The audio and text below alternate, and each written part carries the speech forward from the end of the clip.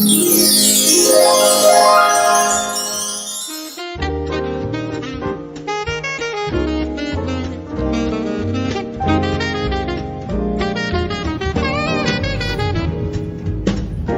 Portugal, there's a YouTube show full of fun facts you need to know. Carl rings the bell and the members show to the GMP morning show. Featured guests will come and they will blow your mind. The audience will do so in kind. A little vanity mixed with some insanity on the morning show with GMP.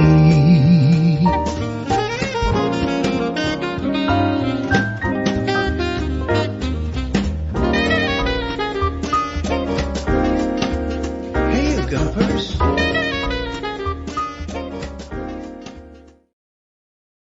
Hola, buen día, alegría. Munson here with a Good Morning Portugal show, live stream and podcast. Busily downloading things sent to me on 913-590-303. It is, what is it? What day is it today? Thursday, Quinta-feira, the 5th of September, 2024. The wind, it feels like the winter switch has been flicked. And here we are. The temperature's dropped. The evenings are getting darker. Nice evening last night in the pit stop car park, which isn't the best start to describing an evening, is it? Some goings on in a car park. Anyway, we were able to host or have our men's shed hosted last night. And the take a book, drop a book off libraries are coming on very nicely. Hanging out with the chaps last night, using power tools and building those public libraries, little library boxes that are going to be popping up around San Martino de Porto. And great to be in the company of the local lads of the men's shed of San Martino de Porto. And I think there are fellows who are coming from Nazaré and over towards Alcobaça even, who join us every first and third Wednesday of the month. So if you're a chap, actually it's not exclusively for men. It's a men's shed ethic though. Whatever your gender, you come along. Whatever your gender or your agenda, come along and join us. Currently building these library boxes so that you can drop a book off and pick a book out of the collection, and find yourself a little new angle, a literary angle on life here in Portugal. So great evening, thanks lads, and lovely to pick up some fruit, some figs and some tomatoes from Phil. Good to see you, Phil. Good to see you, Don. And all the other chaps who were there last night. And a lovely part of the evening, actually, is sharing what you can offer the community and if you've got any needs or questions for the community as well. So a fabulous evening. Thank you very much indeed. Talking of fabulous, Fabrizio and Ian joining me in just a moment. We've got the webinar coming up, which you can register for on September the 11th. That's next Wednesday, isn't it? At 8 o'clock in the evening. And we'll have a little preview of that webinar this morning, our favourite Lisbon. And even if this home and location in Lisbon isn't for you, we're going to have a very certainly an entertaining morning this morning and a great evening, an educational and fun evening next Wednesday as well. Ali also joining us with the September preview of Snapshot magazine. She'll be here at around 9:30 and we'll have a little flick through the new edition of Snapshot. Just a very quick apology and correction this morning. When we were looking at Lord Travanca's pictures of Salamanca, and I said we've got our big cathedrals here and not quite as ornate, and I happened to pick on Alcobaça as not being a very ornate monastery, and not very ornate, you say. Pam was quick on the uptake to send me a picture of a deeply, beautifully ornate part of Alcobaça monastery. Might go there later on today, actually. Mrs. M was talking about popping to Alcobaça today, so might go and find this part of the Alcobaça monastery, where of course we did feature another aspect of the Alcobaça monastery, which is the monks' slot, so to speak. And if the monks had eaten a little bit too much and they couldn't get through that tall, thin door, though, they weren't allowed into the dining room until they'd lost a bit of weight, which seems a bit harsh. Or I guess they had to take the long way around and burn a few calories that way. But thank you and apologies, Pam. Yes, fair enough. Alcobaça. I mean, I like it that it's not plain. I mean, it's absolutely magnificent, but it's not gaudy, is it, or gratuitous? generally speaking, as you walk into the monastery there. And this must be a one of the more cloistered corners, which I'll seek out today if we go there. And before we go to Fabrizioni this morning, I shared a picture of one of my favorite menus. I like taking pictures of not the small menu that you have at the table, but the menu that's outside of Tashka. Excuse me a moment. I'm not sure what that was. Need to drink my milky coffee. Yet outside the restaurant, the Prato do Dia board, basically, at a Tashka. That's one of my favorites with some absolute classics on there. Topping the bill is the Francesina, of course, with chips there for €8 in Castella Branco. If you've got any of these for me, send them on 913-590-303. Pam did exactly that. And this is hers. And this looks like actually a burnt menu into wood. And the desserts are €2 there, and a soup for $1.30. Where did you say that was, Pam? That one is my favorite menu. It's carved on a piece of wood in a taverna in Arang Castle. There you go. So that's if you make your way up to the top of the hill at Arang to the castle. And she says it's quite old. Yeah, it is. It's over 10 years old. That's why the prices are so good on there. Sardines for $2.50 and a meat dish for $3. My goodness. That's a beautiful menu. And it's also a piece of history with those prices. I suspect you'd have to go deep into the interior to find that sort of value at the moment. So thanks, Pam, and apologies about Algarve Monastery. And any more menus, 913-590-303. Let's give them a nice big round of applause and find out how they're doing in Lisbon this morning. Gentlemen, how are you? Olá, bom dia, tudo bem? Bom dia, Bom dia. We're good. How are you doing? Well, I was at the men's shed last night. To be fair, it must have looked like a sort of dogging meeting as people looked out from their apartments at the venue. Men standing around, like it's a funny thing when blokes get together and stand around, and there's sort of the possible use of power tools, and and the establishment of a social pecking order among men. It seems to be what men do, isn't it?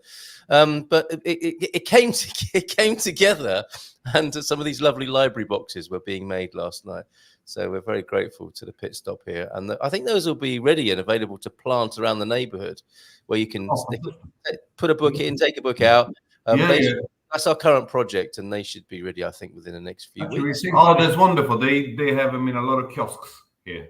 Yeah, that's right. That's right. So we decided to build some. That was a men's shed project here, and typically again with fellas, it's getting a bit competitive. There are teams. I think there are at least 2 teams making them. And we're all nice blokes, friends together, but secretly it's like, well, our little you want the best box of all. Yeah, that's right. Yeah. Look at how he's cutting that wood over there. yeah. It was a great evening. And so I'm feeling that a little bit, and it was colder. Stood out in a car park, which sounds so dodgy. It was a little bit chilly and dark last night. It felt quite autumnal, if not wintry, last night. Are you experiencing the same in Lisbon? Yeah. And this morning especially. Yeah. Really, back to school weather. Yeah, it is that kind of stuff. Yeah. Tuned but unstable is with us. They came together. I can't remember saying that. But anyway, I'm glad you're amused.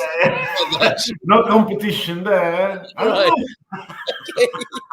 And that's pretty. Oh, I think Em's talking about the lovely old menu. I think I saw you nudging each other at the sight of the prices possibly on this menu. Good value, right? Yeah, it's great because prices like this, they don't even exist anymore in remote alimentation thing. But with $3.50, you can get sausages with 4S, which is amazing. The generosity.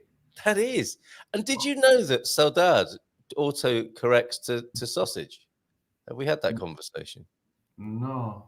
That can go quite badly wrong if you're texting a Portuguese friend and you're talking about Saudade and it comes out as, sorry to hear about your sausage. Can you can you I have sausage. A bad case of. Yeah. A bad case of.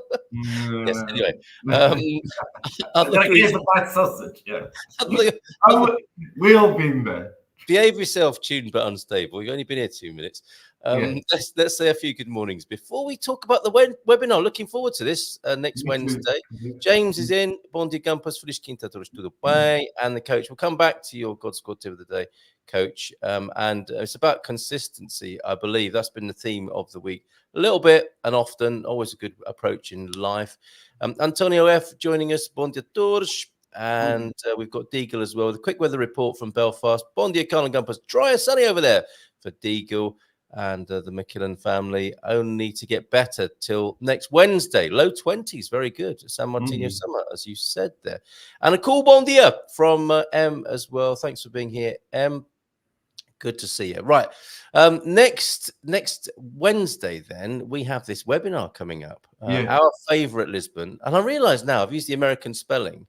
And this is, I don't know if I did that subconsciously to appeal to American friends who are considering moving to Lisbon, but it's for everybody, of course, with that sort of mission in mind. Do you want to find out more about Lisbon? Do you want to find out about a particular part of Lisbon that you're living in, and find out why, if it's so great there, why you guys are moving on as well? Because we'll talk about that too. Because that's a question that comes up, isn't it? When you see real estate shows, and people are showing, I love my house. I love my house. Do you want to buy it? You think, well, if you love it so much, things change, and we'll be finding out from you on Wednesday why it is you're moving on. And maybe you could tell us a little bit this morning without, keeping our powder dry and not giving too much away this morning, because we'd like people to register and join us on Wednesday. How did you discover it in the first place? And we've got a lovely little slideshow that we'll talk through as well. But how did you chance upon it? Having my own personal preview of your slideshow, I'm really surprised how I don't know this area. It's absolutely fantastic, isn't it? And when you found it, you must have thought, whoa, we found a little secret here. And it seems to have remained a secret as well. Yes, yeah. And so I think it's probably because actually, I think next week is 6 years since we first left London. Is it? And it is. And of course, we moved at the advantageous time when you didn't have to do all this thing about, before Brexit. So, of course, we Airbnb'd it for the first, I think it was almost 5 months in different places. And that was our task, really, because obviously we'd sold everything in London and our task was to find somewhere to live. And we looked at many of the, the traditional areas that everybody goes to. And we also quite fancy Grassa, haven't we? We liked Grassa a lot. Which is in the neighborhood. Which is kind of in the neighborhood. But we've been in Estrella, we've been in Príncipe Real, we've been in other couple of places, which there seems to be on the map. But and people know those names, don't they? People have heard of Grassa. People have heard of Estrella, And Príncipe Real, I mean, that's a beautiful place, isn't it? Yeah. It is, but at the same time, we struggle to see. I mean, we were very close between Príncipe Real and Barrio Alto.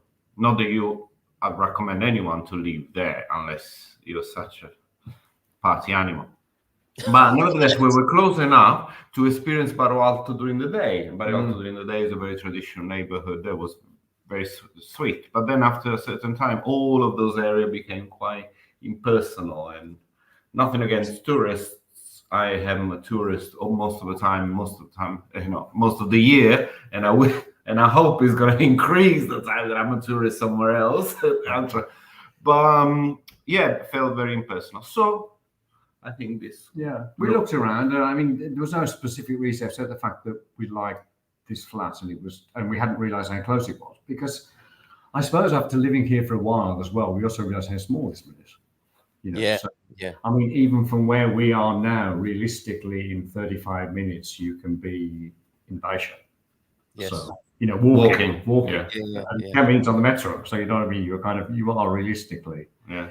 It looks initially like a long way away, and then you realize how small the city is. So maybe that helped. Yeah. Also because it felt a bit of an easy transition, and it reminded us a bit where we lived most of late years, let's say. So it does remind us of that. It did remind us of that feeling of multiculturalism and young approach and street art. We lived in the south of London for many years, so it felt new, but it felt at home, and it's a situation that it was comfortable for us to sit back in. So we did. Yeah, it's bohemian top notes as well. I mean, it's such an artistic neighborhood, isn't it? As we'll find out in just a moment. And we are talking about arroyos, aren't we? We are. Yes. Yeah. And that would be one reason to put people off is they can't pronounce it very easily. Yeah. Or when they get in an Uber and say, "Could you take me to Arroyos, please?" Yeah. And the Uber driver's like, "What?" And you have to show them the phone. Arroyos. Okay, let's go. Yeah. Right. Well, it's like Leicester Square in London. Yeah. Leicester Square. Can you take me to Leicester Square, please? Yeah.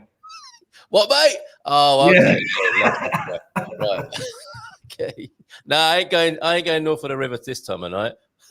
Right. Okay. Yeah, some London memories there. Let's have a look at this slideshow there, because absolutely this is wonderful, beautiful piece of work that you put together, so we can see what it's like to have a little.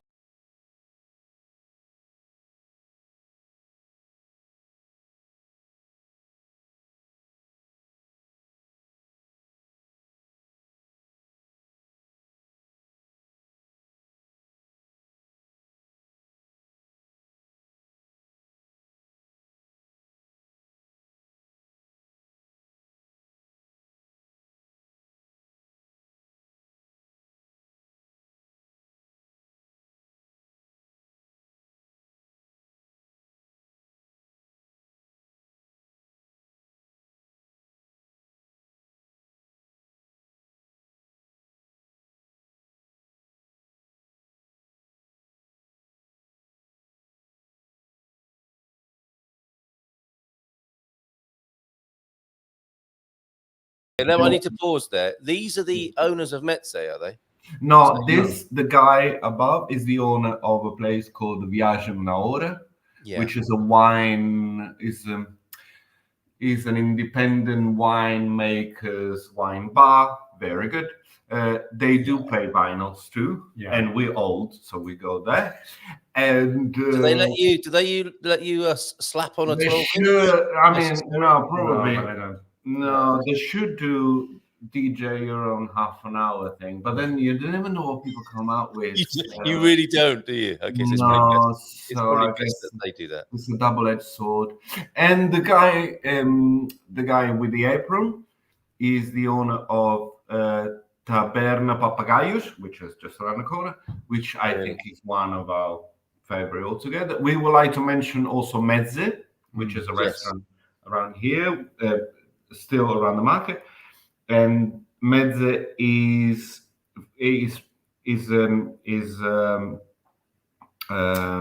Syrian restaurant, Middle Eastern Syrian restaurant, which is part of an association called Pau a Pau, which is found the integration of the Syrian refugees in Portugal. Wow. Okay. And Zaytuna is the one above is a shop. It's a great shop where you can buy a lot of Middle Eastern delicacies and groceries, stuff like that. And it's Palestinian owned. So if you feel that is something that is a kind of business that you want to support, we certainly do. We shop there quite often, and it's a great array of very interesting. So Syrian-inspired food there as well, and a vinyl shop too. I mean, it does feel very South London, doesn't it? Doesn't it?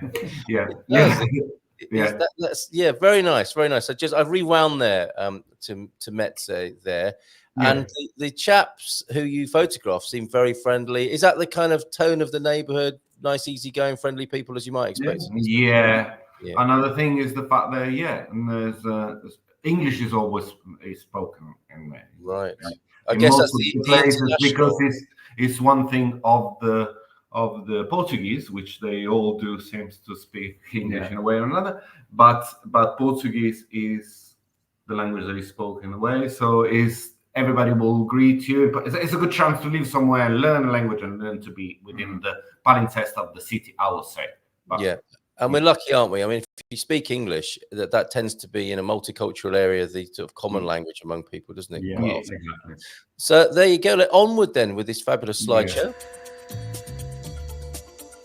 Some nice al fresco possibilities then for eating. So a lot of balcony type and foyer topic What am I talking about? Exactly. And quite a few of the kiosks around, actually. There's been a few more opened up over the last couple of years. So, yeah. So kiosks, they were closed in the years ago. They sort of been restored and taken by independent businesses, I suppose. I see. Okay. Kiosk was the word I'm looking for. It's a thing, isn't it? It's sure in Portugal. So the little kiosk there serving coffee, and by the sound of it, new flavors, particular angles that people have brought to the new kiosk experience of Lisbon. Yeah, I will say so. Yeah. And that's outside the vinyl shop by the look of it. Okay. So if you need vinyl, that's the place to go. Yeah. All right. Brilliant.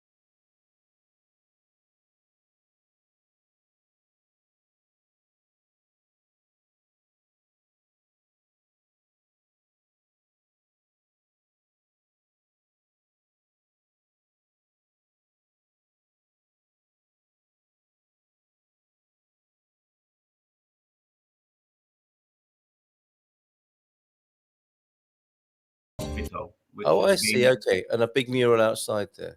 Yeah. Okay. And there's so much of this where you live.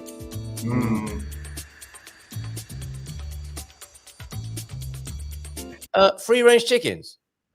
Yes. Right. Okay. And a cat in an aquarium. Yeah. Well, so the cat is Bordalo Pinheiro. Of course. Yes, it has the hallmarks, doesn't it? Yes. Okay. Yeah. And more drinking venues and some cock on the park. Well, what else can you say? I know you hesitated there, but it's a true story. True story. Okay. And they're just wandering about, are they? They do, don't they? That's just quite no, it's everything. No, but they look spectacular. I mean, they look like what do you say? Mexican fighting cockerels. It's beautiful. They're feathers. They're well fed, and it's a garden close to here. And there's a lot of them and a lot of ducks, and they all seems to live together. And they get on very nicely. Okay. Apparently, yeah. Excellent. Because sometimes they can be a bit competitive, and sometimes even a bit eggy with people. A rooster, I think. Well, I don't like them personally. I like to look at them, but I don't go close and pet them. You don't like the way they look back. Exactly. Okay, all right. Not place where you let's move on from the cockerels. Okay, and the roosters of Arroyos. Right, I love this. Now, I thought the people who know their 80s music will. I know we are huge Grace Jones fans. Yes, Miss Grace Jones, and there she is, slave to the rhythm. As you can see there. Strange, I've seen this face before she started working with Sly and Robbie, I think. Yeah, there was the Astor Piazzolla time or no? After La Vie en Rose, before Sly and Robbie, I'm guessing. Yeah. Maybe a bit too specialist, but fantastic to see her rendered in mural style there in your neighborhood.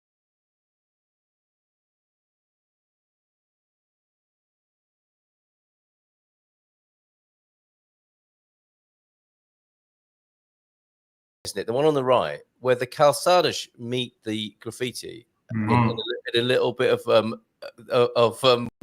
wildlife in a Portuguese city? I love that. That's a great little scene there.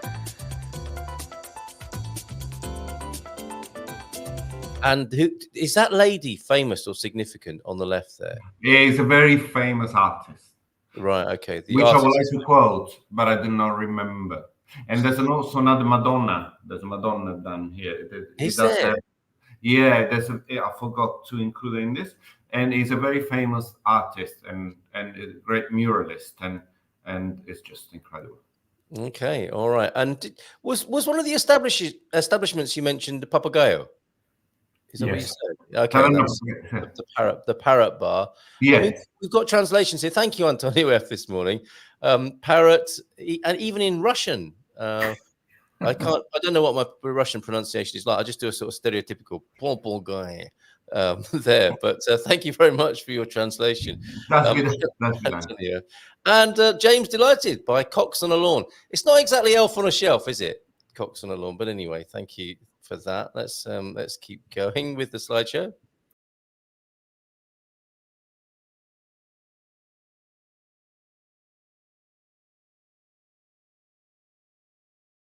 like what you've done with the triptych of scenes of architecture there. So you are on a. There are some different levels here. Many. Okay. The wrong turn and you're dead, man. Is that right? Okay. So some steep staircases. Oh gosh, I thought we were home and we've still got another ascent to make. So it's a little bit hilly. Not for those challenged in terms of mobility, then presumably around your neighbourhood. Well, where we are is considerably flat, but then if you go up to the Grassa or the Grassa is the steepest because it's got different miradores and it's on one of the hills on the 7 hills of Lisbon.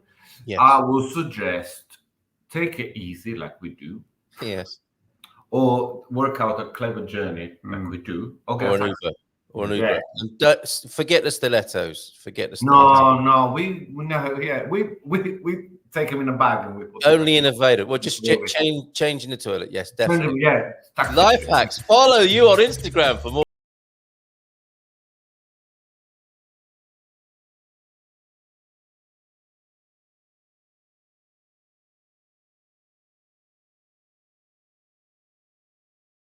It was great to see the Vinci Cinque d'Abril. So you can see that from parts of your neighborhood as well.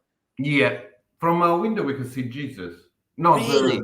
Not the Jesus, but no. I didn't think that's what you meant. Yeah, no, it doesn't come this way. We should clarify they haven't actually seen Fabrizio and Ian have not seen Jesus through their window. Not yet. Because there'll be one hell of a traffic jam in that neighborhood this morning if that were the case. But no, the Cristo Rey is what you're talking about. Yeah. Excellent.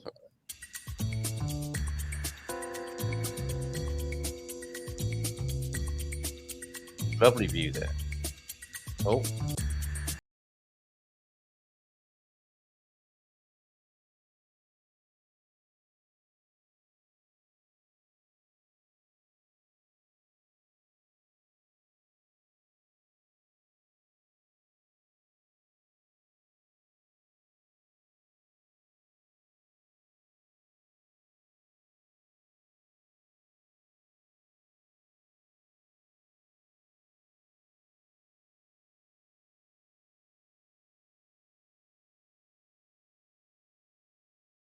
Again. On the balcony, not too far from the beach as well. This one, that one. First one was at across the Caprito. I think so. Which we crossed the bridge and we're not too far from there. No, we're not close to the beach in anyway. But you can get there. I thought it looked decadent and he had the feel of the we live in our life. There's definitely lifestyles of the rich and famous. Yes. And good balcony shot, glass of wine of an evening as you get one of these inflamed Lisbon sunsets there. Absolutely beautiful, darkening down to an inky night sky. Beautiful. And dinner by the look of it, bowl of chips and some nice white wine on your balcony as well there. Those are 3Ds. Yeah, 3D. You know what? 3Ds. The little corn cones. Oh, okay. Oh, right. They're not chips. They're American, not British chips, like a corn snack. Yeah. Oh, okay. I don't know. But anyway, 3D is a discovery that changed our life for good. Okay. Oh, you may not have seen Jesus through your window this morning, Fabrizio and Ian, but M has seen Mary and does so every morning on her walk with the dog. So that's good to know. And Darren's also joining us this morning from a very dusty apartment. So you know this part of the process, Fabrizio and Ian, the refurbishment. We live in those kind of projects more than once. We've done it every time we change home. Well, you have our condolences there, Darren. Good luck with that. It'll be over soon. Yeah. And there's and I'm guessing that's looking into a shop window at that very fine Grundig black and white television. Or Telefunken, or one of those great big long sort of music centers that doubles up as a drinks cabinet or whatever. And so you've got those kinds of shops as well, collectibles and retro shops. There's quite a few actually independent shops opened up. No, but there's a lot of those. But there's a lot of those too that you pass by and say, "Who hell is gonna buy Chinese. Yeah. And nobody ever buys any of that. But the shops are open. That's been in the window for forever, since since it was last release, I suppose. Right, okay. So I don't know, but then the miracle is that the shop's still open, and the blessing, I guess, is that those shops are still open. Yeah. And, Yes. Yeah. All right, brilliant. Huge. Well, the Arroyos is the neighbourhood. That's where you live, and we shall find out more on the webinar next Wednesday. Where we live, a little preview there, why we're selling, the backstory, and your onward journey. We'll find out more about that as well next Wednesday. And if people want to register, a few people have. It's a bit of a webinar feel to this, as we find out your story and give people the chance to ask you a Q&A. Yeah. That's the most important thing. So feel free to ask us anything within reason. Okay. Take the fifth and not answer some questions, or get back to people. We will especially ask them. There's the link for joining us next Wednesday evening then for our favourite Lisbon. Now you're going to stick around. There may be questions coming in for you. Arroyos is the place, and is that the Arroyos that has a railway station as well? Just one more question for you. Metro station. Metro, but not overground. That's a different Arroyos. We have very close to here the Roma Arriero. That's the one. Yeah. So is that also within walking distance of you? Yeah, 15 minutes. Yeah. Oh, okay, very good. We That's use why them anytime when we go to Setúbal and we don't want to drive. We go from there to. Yes, on the Fertagus, across the bridge and down to. Actually, quite nice. Yeah, quite. Never done it. Yeah, take it. Absolutely, one of my favourites, and I have walked around that neighbourhood, Roma Arriero, yeah, and I've walked around that neighbourhood, which is also pretty special as well, and atmospheric of an evening. So yeah, not far from the Fertagus line to cross the river as well. Excellent. Looking forward to talking to you then more next Wednesday. You're going to stick around and have a chat with Ali? Fantastic. Let's give her a nice big round of applause and bring her onto the screen. Hi, Ali. Good morning. I got very excited when they said we could ask them anything, and then they went within reason. I'm like, come on. Bring it on, Ali. We're here for you. I was tempted. Was there something that you wanted to ask, especially? I still want to know about these knitted swimming trunks, because I reckon they've got a pair hidden away in their wardrobes each, but they're not owning up to it. What are swimming trunks? Oh, he's pretending not to remember now. Yeah, right. Trunks. Yeah, we heard of them, but what are they? Yeah, whatever. Carl's got a pair. Whatever. What are they? Playing all innocent now. Morning, guys. Good morning. We did have a little conversation about knitted swimwear, didn't we? Because I confessed. I probably have to take some of the credit or shame for this. I bought a knitted bikini at a local event, and a local lady, Portuguese lady, had knitted in very fetching colours. It was a kind of, the claret and yellow combo go quite nicely together, don't they? Yeah. Maroon even, you might call it. She might have 70s yarn, and it might be called maroon with the yellow detail. And obviously the upper part of the bikini was not for me, unless I wanted to look like Fred Flintstone. Obviously. I was just going for the lower deck of the bikini, which I thought might be fetching and attractive to Mrs. M, but apparently not.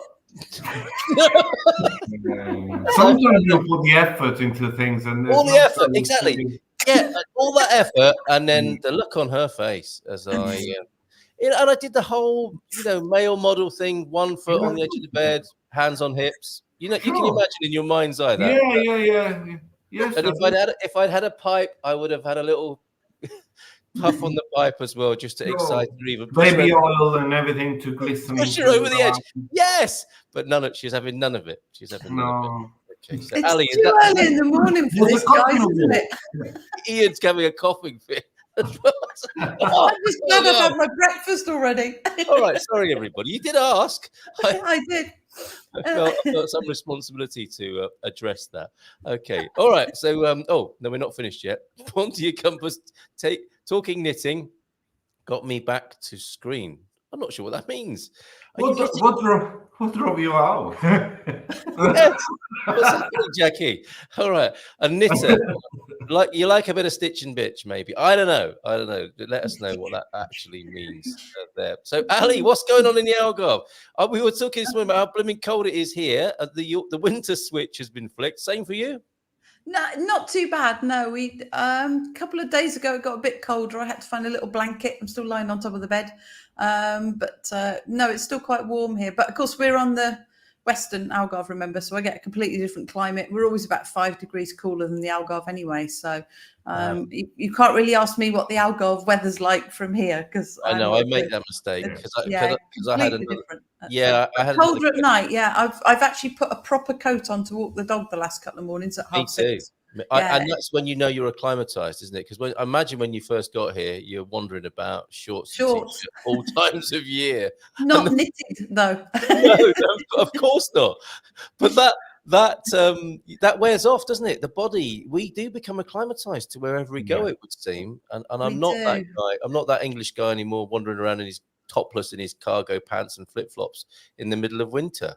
Thank goodness you're not. That's all I can say. Yeah, you should use a little knit number. Well, Savania might be really disappointed in that.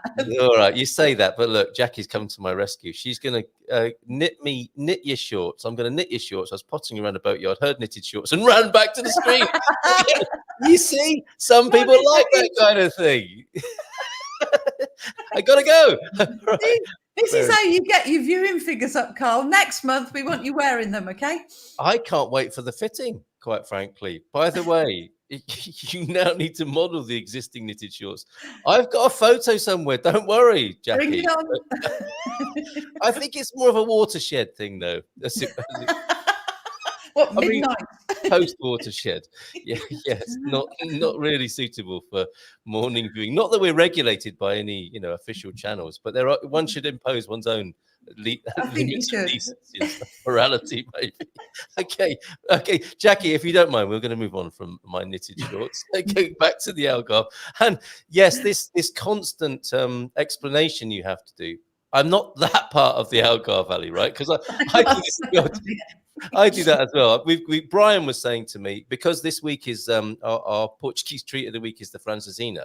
And he said, where am I going to get a Francesina in Albufeira? And I'm thinking, you're not. You can have fish and chips, or you can have egg and bacon, mate, with your pint of Guinness, which I know is a cruel stereotype. Curry and chips. It's a cruel stereotype. But I mean, at all in the Algarve, are you going to get a Francesina along your coast? Yeah, of course you can. Yeah, loads of places. Yeah. It's just anywhere that's, I always say, look where the Portuguese are going for lunch and follow them. Easy as that. And then you'll find them. No problem. Brian. So that's that sorted out. Probably don't go to the strip where all the curry and chips and stuff like that's going on. You won't have to go far. What's that? And Scotch eggs. Grandma's cooking. Did you say? No, Scotch eggs. He's after Scotch eggs all the time. Oh, he's off with Scotch eggs again. Bless him. Right. Well, I'm going to have to get some and post them up to you, aren't I? Okay. And do you want some HP sauce on that as well, Fabrizio? I like mustard, the sort of vinegary, really loose yellow mustard. Okay, well, French. HP sauces with a bacon butty. Well, you've been away from that place for a very long time, Carl, haven't you? I have, although I did. I went to a place in Caldas yesterday. My son wanted to get some proper English sausages, talking of saudade and sausages. And there's a place in Caldas called Back to the Bacon. So we did buy some thick cut smoked bacon, and we bought some Irish sausages. Mrs. M went mad for those, and I got some pies as well, steak and kidney pie.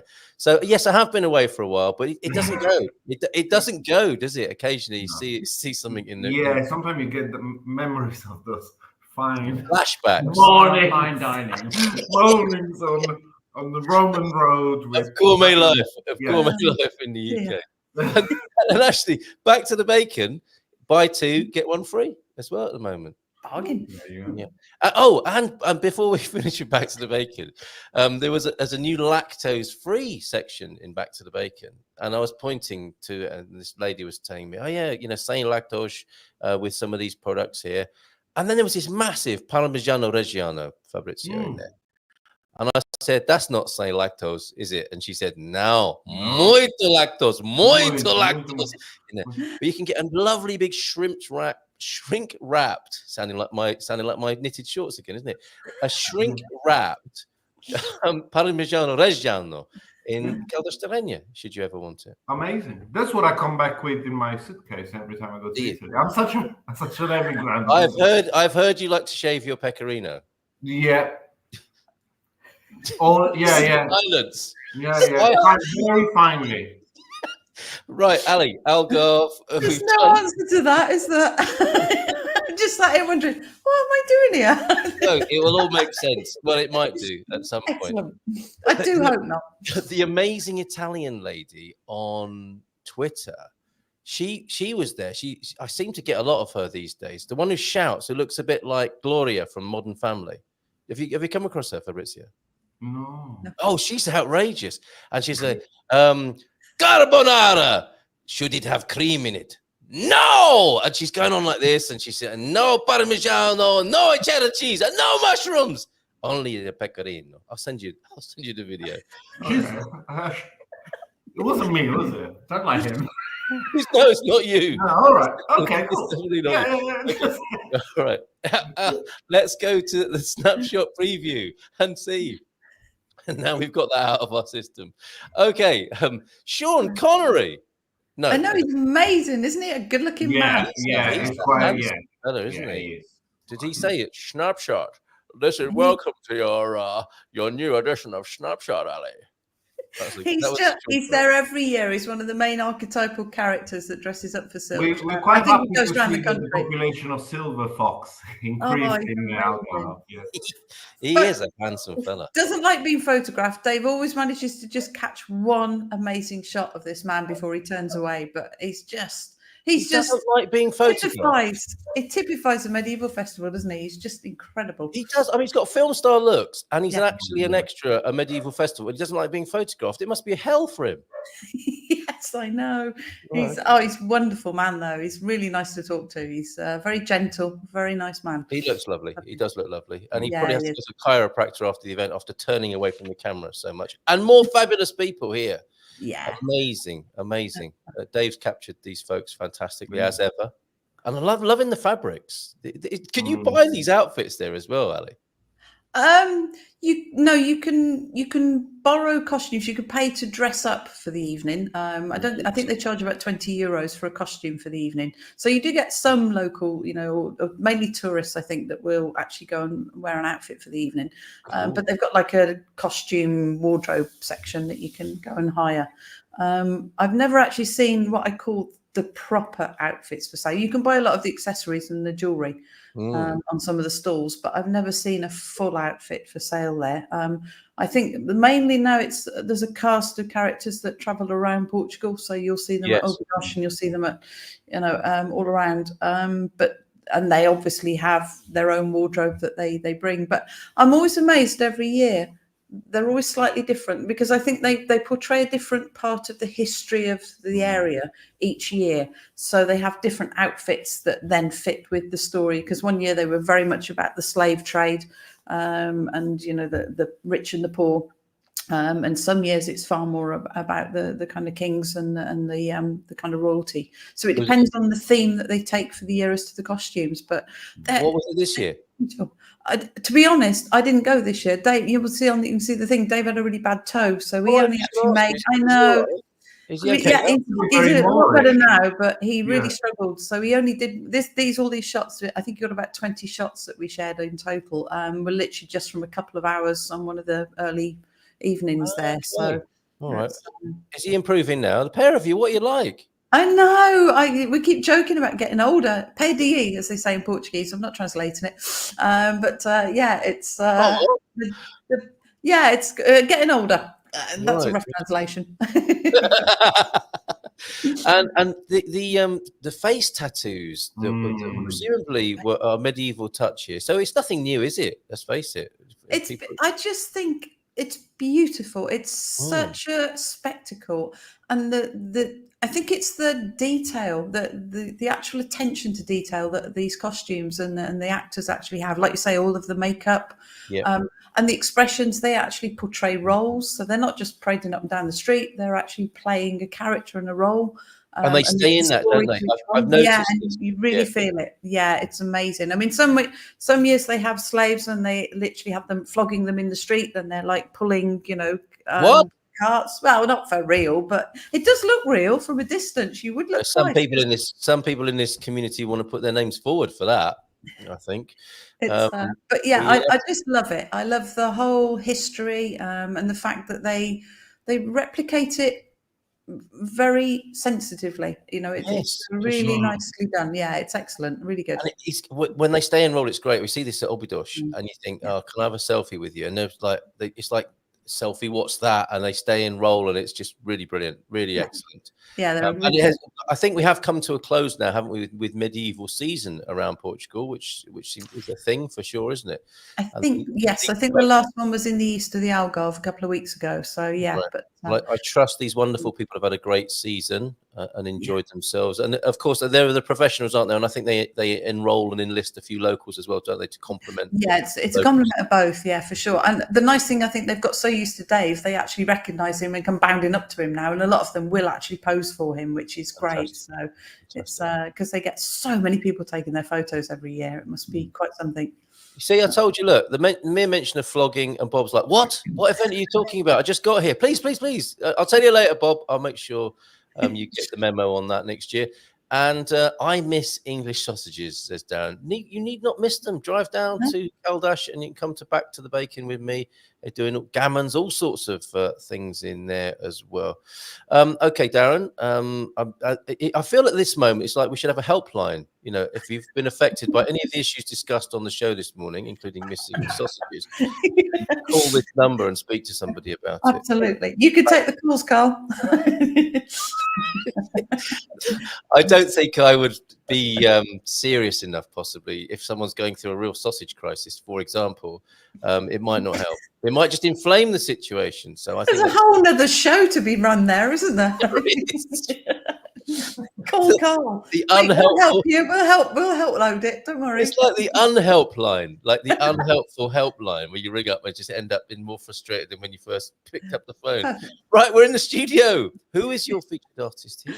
Oh, Dana, she's fantastic. She's very good in the Algarve, and she creates amazing pieces of art from shells. And I did kind of question them. Where'd you get them all from? They're not all from the beach, are they? Obviously, thinking about the environment. But she mostly uses a couple of fish restaurants local to her. And obviously, whenever they've finished serving for the night, they now put all of the shells to one side and she goes and collects them all. But she creates the most beautiful artwork from them. It's stunning. It takes her hours and hours to individually pepperboard and then literally each single shell in turn placed on and sealed in place. It's beautiful. Brilliant idea. Absolutely brilliant idea. I'd never have guessed. So it looks like fabric, doesn't it, on the lower left there? Absolutely beautiful. And mussels, possibly. Now you mention it, mussel shells on the top right-hand corner. Fantastic work. Well done, Dana Georgescu, who we're in the studio with this week, this month, of course, of September's Snapshot. Life in the Algarve, and that is an amazing wine cellar. What is this beautifully vaulted place here? It's Alcabassa, the monastery. We moved out of the Algarve this month. We covered Portugal a bit more. It was just interesting. I didn't know if you picked it up that the Portuguese government have set up this new scheme now. That if you're a resident, you can have basically 52 tickets a year to visit all of the main monuments and palaces free. Because it used to be you could go on a Sunday, usually Sunday afternoon, and it was free. But they've set it up different now. The first time you go to any, there's a whole list on their website. Go to the first one and ask for the free pass. I'm a resident. Here's my residencia, or I'm a citizen. And then you get literally a pass book, and they stamp it, and you're allowed 52 free visits every year. And I think there's only about 48 venues on the whole site, so you can do the whole lot free. And the site is which one? It's on my link. It's literally on that page there. Yeah, so I'll send you the link. Do you follow the Portugal Decoded guys? They're really good. They send a weekly email in English. It's really we subscribe to your magazine, so we get it from you. Can subscribe to my magazine. Of course, it's on there. We already. Yeah, it's in there then this month. Yeah, Look for that page. It won't be page 10 in yours. It'll be about page 30 something, I think. Okay. Very good. Now, there are times when you wish you hadn't said something. I'm not talking about the knitted swimwear or the sausages. I'm talking about blooming alcabasa, which I mistakenly said isn't very ornate. Pam sent me a picture. Good morning to you, Pam, who's tuned in now. It is ornate. And there it is again, Ali. Thank you very much. Reminding me not to say silly things like that. And I mean, that's just the cellar, isn't it? Or the car park, possibly Alcabasa Monastery. I can see that being a Portuguese car park, but probably not. Probably not on this occasion. Yeah, page 36, guys, in the full edition. But there's a whole list. Yeah, there's loads. I mean, all of the big sites, all the ones that you'd want to go and see, suddenly are free. You've just got to show your residency. But you pick up like a little pass card the first time, apparently, and then they register you, and then you can go to all of you. Just present that ID card next time, and you're in free. Which is brilliant. It's like Camino de Santiago. Such a good thing. Yeah, what a great facility for people, Portuguese residents there. Now, big news of last month, just as we were getting over having a comet and the northern lights appearing in the sky, get a flipping earthquake. I don't know. And I would say we wouldn't be surprised if Jesus was outside the window in these times that we're living in at Fabrizio Leons. So you've got a little bit of topical seismic risk news alert stuff going on in Snapshot as well, Ali.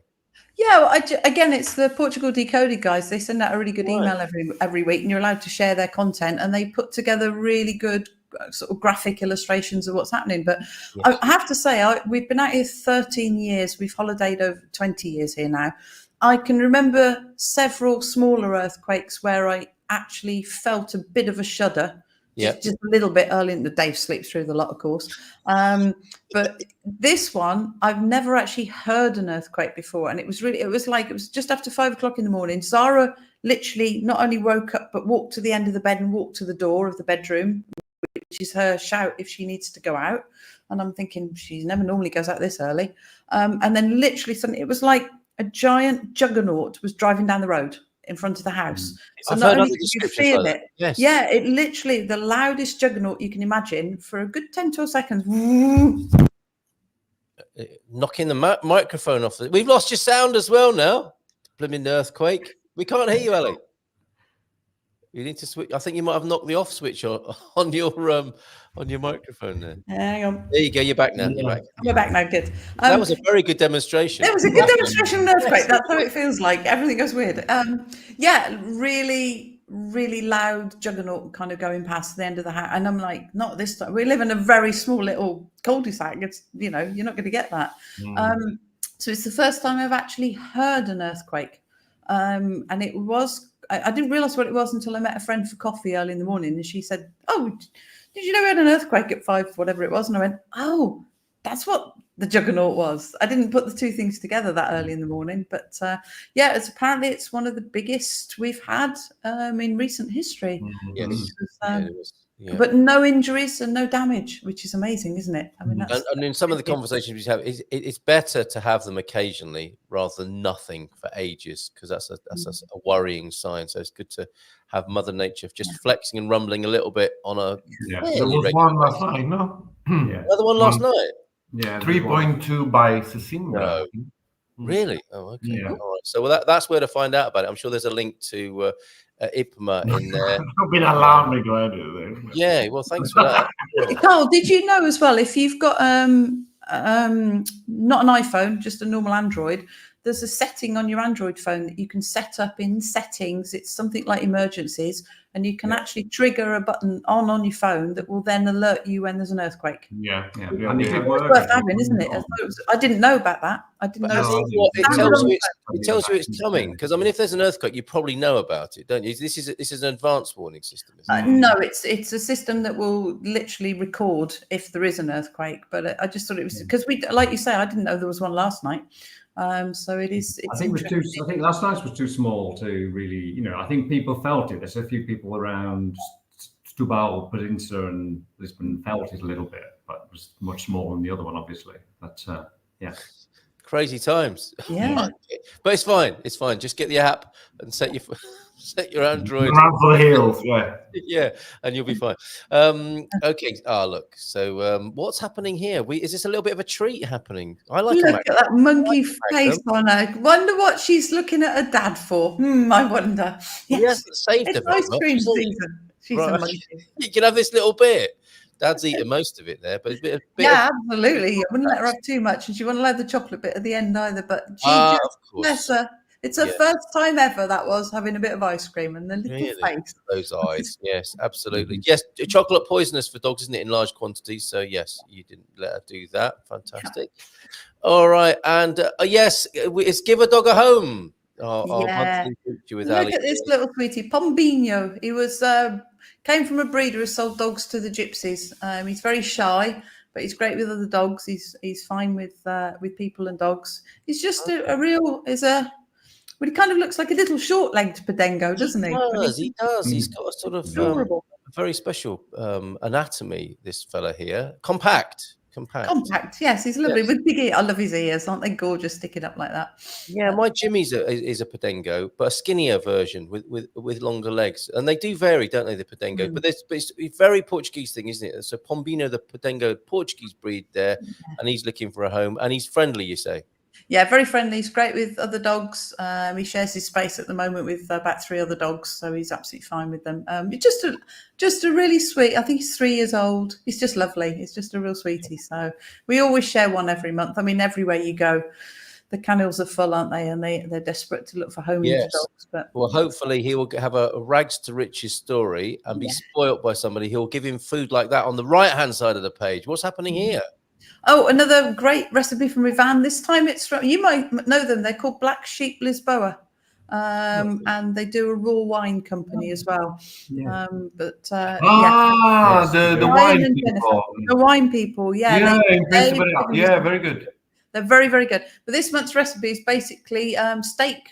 Because it's cooked with red wine. It's actually kind of, I think you have to coat it in a bag with the wine for at least 4 hours or up to 2 days before you cook it. So there's been a wine marinade going on, and very lightly cooked, as we can see. Not everyone likes it like that. That's my kind of steak, that one. Passado, thank you very much. Yeah, I don't think in Portuguese they won't let you have blue, will they? You've really got to ask for it if you want it really raw. Yeah. You can have a mal passado. I think is about the best they'll do mostly for you. Yeah, which is pinkish. Really. Mal passado, that's a good bit of vocab. So if you want a rare steak, mal passado is the way to go here in Portugal. I think it's bem passado is, I don't know, I'd never order a well done. Bem passado, isn't it? Yeah. Mal passado sounds like sort of badly cooked rather than rarely cooked. Yeah. Well, it's bad pass, isn't it? Is how I remember it. You just whisk it past the pan a few times and then chuck it out on the plate quick. Pombino actually means little pigeon as well. So I've got some nice vocabulary this morning. And I'll tell you later, Pam, I've caused a stir with Back the Bacon. I'll take you there if you're really struggling one of these days. That's a promise, not a threat. And did you say raw wine? Yeah, the company's called rawwine.com. Oh, okay. I thought that was a type of wine I wasn't familiar with. Okay, so there you go. That's also findable in Snapshot. It's been 2 minutes to 10. We've got to crack on. I can't believe it. As soon as we get chatting, time flies here. So this is autumnal and winter. We've got an open fire. I know. I think I've got some friends that are up in Galicia in northern Spain, and they've already got their fire running, so we're not too far behind, I don't think. We found a new groomer for Zara. She's called Tracy. She's brilliant. She's near Lagos, if anyone's Algarve and needs someone. She's very, very good. So we always ask someone every month, top 5, tell us your favourite places to go. But I just like one of her answers because she gave me some great restaurants that I didn't know about. But when you ask where's the nicest place to spend a lazy Sunday, it's basically in front of the fire. Yes, very good. And pizza, always pizza, she says. Is she British? Yes. How did you guess? But she's been out here 20 plus years, I think. She's what a great name, Tracy Duckworth. She's got to be from UK, hasn't she, with a name like that? She's a big Liverpool fan. We're not going to mention the Liverpool Ipswich game a couple of weeks ago, but she's a big football fan, bless her. Okay, well done, Tracy. Excellent. All right, we're going to have to race through. It's only 1 minute to go on the show. But Cariad here. Cariad is such a good word, good name, isn't it? So what's happening here with Kat? Oh, it's just, well, she's a fellow author, and we always do a little spin on, tell us about your dog. The dog has to answer all the questions. But it's a breed I've never heard of. I'm just looking it up because I've actually forgotten what it is. Looks like a Shih Tzu. Well, it's pronounced Zushawn, I think. It's some or called a teddy bear, I think you can call them as well. It's a hybrid between a Bichon Frise and a Shih Tzu. Yes. Oh, it's cute though. It's always great to be able to say that. Zushawn. Okay, and Cariad, which is, I think it's Welsh for love, is it not? Or deer? I think. Yes, it does mean deer. Yeah, it's okay. Good. Oh, and so I think maybe this might have to be an and finally then, because this is a great question. What's it like to be vegetarian in Portugal? I think people fear the worst, don't they, with this? But it's not that bad, is it, being a vegetarian in Portugal? I would say. What would you say, Ali? Well, I'm a big meat and fish person because obviously I have such a limited diet. So I tend to do tradition. I struggle the other way. I can't go to a posh restaurant where they have lots of sauces and kind of fancy food because I can't eat any of it. So I tend to hit the traditional old-fashioned Portuguese, grill it and stick it on the plate with a salad, and that'll do me. But I know, certainly if you guys, Lisbon, there's loads of places you can eat vegetarian. We've got a really brilliant vegetarian restaurant in Algarve. We're a little town.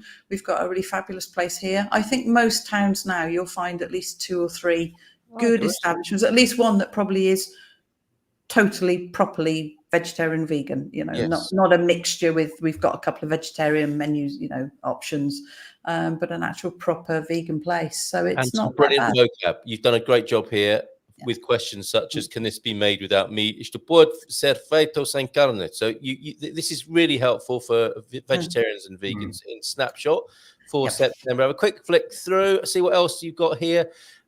And so some of your work is here, Ali, as well, and that's the shop people can go to buy both your work and Dave's work. And Dave's, we've actually set up an online shop where you can get prints and canvas prints and things. Finally, everyone keeps asking. That's a new development, is it? New development. New development, brand new, new shop just opened, and a big feature in a magazine this month for me. And they've set up a little exhibition of my art as well. So if you're in Lagoa, find out from Snapshot. You can find all the details. But they've given me a couple of months for a little exhibition, which is really nice. And if you go, look at that cat. Isn't he just adorable? He's a street cat. It's Deccan's the Algarve, the German magazine in the Algarve, a really good magazine. They've been here for 30 years. But they have a little street cat called Snore. And he has his own chair in their office. He has a whole cat climbing frame that somebody bought, and he has food every day. And he comes in off the street. He waits for them to open the door. He goes to sleep on the chair all day and then trots off at the end of the day and sees them again the next day. Brilliant. Sounds great. You got a selection of books there, including a Graham Norton. Is that a biography? Hello from Graham Norton. I put it in especially because I knew you'd love it. It was it's not a traditional biography. It doesn't. I did this and then I did that, and then when I was 12, I did this. He takes different chapters. So he talks about his love life, or he talks about the screen and his movies or his dogs, and writes hilariously funny about his life. He really, you can hear his voice on every page. Yes, that's right. And I love that. Hello. I love him. I think he's brilliant. Yes, and I can't wait to be stopped in the street to sign copies of it. Hold on, what's going on the screen? There we go. Yes, because I'm often mistaken for Ken Livingstone or Graham Norton, and sometimes George, that politician guy, whatever. Anyway, enough about that. Not that one. Is that when you're wearing the shirt or not? George Galloway from time to time. Yeah. Okay. That is, I think Pam's watching a little bit behind us. It's the dormitory of the monastery. Can you imagine sleeping in that at night, in that vaulted room? The snoring would be terrible, wouldn't it? Once all the monks started snoring in those acoustics. Get me out of here. Right. Okay. And the free museums, free entry only applies to 37 museums places, those managed by the Museus e Monumentos de Portugal, Museums and Monuments Portugal. Those under the municipalities have different rules. It's a great scheme, and thank you for that little bit of clarification. Find out more in this month's snapshot from Ali, who you can see on the screen there. Thank you so much, Ali. No problem. Thank you. The website? And the last question. Join us tonight, Dream Team, 9 o'clock tonight. We can ask that of Gilda this evening. So we've got Philomena. Actually, this connects quite nicely with some of the themes you've picked up on. 7:30, Portuguese language and culture with Philomena, the language and culture of shopping in Portugal. So if you want the vegetarian and vegan twists and angles on that, ask Philomena tonight at 7:30, and at 9 o'clock, the Dream Team, where you can get your question answered, Darren, as well. So see you next month, Ali. Thank you for being here. Always great fun. And Fabrice, see you next Wednesday. See you next Looking forward to the trunks next month. Yep, that's lovely. I will have had my first fitting with Jackie, I think, because she's popping over. And we'll find out where the Welsh action is here in Portugal, certainly in São Martinho de Porto. Come and see Chuda Bang at the Welsh bar here in Portugal, so in São Martinho de Porto. So yeah. I discovered what is the word for microwave in Welsh. Go on. It's poppet and pin, isn't it? No, it's true. A Welsh friend of mine told me, because you put it down, they got a pin. Oh, very good. All right, yes, of course it is. Ask around. Just check on the internet. What's the Welsh word for gullible while we're at it? Thank you very much. Ciao. Bye, guys. Bye.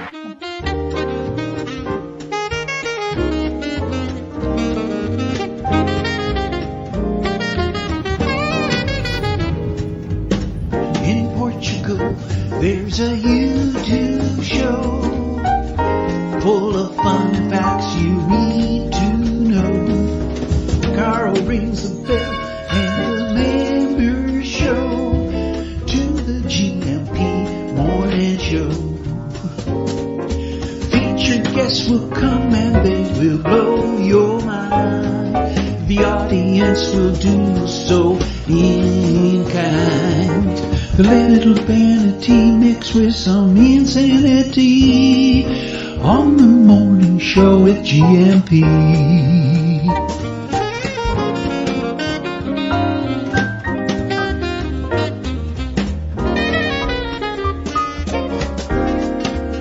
Hey, Gumpers.